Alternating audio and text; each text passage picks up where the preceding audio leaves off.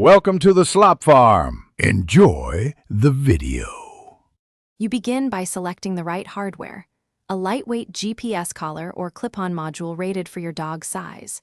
Charge it fully, then register the SIM or eSIM and activate a small data plan. This ensures live tracking. Once done, measure the neck and check the collar fit so it won't slip. Make sure the unit has a waterproof rating like IP67 and read the quick start. Doing these first steps prevents common fit and connectivity problems later.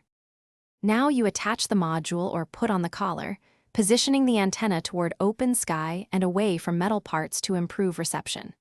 Next, install the manufacturer app, create your account, and pair the device using Bluetooth or the QR code. Follow on-screen prompts.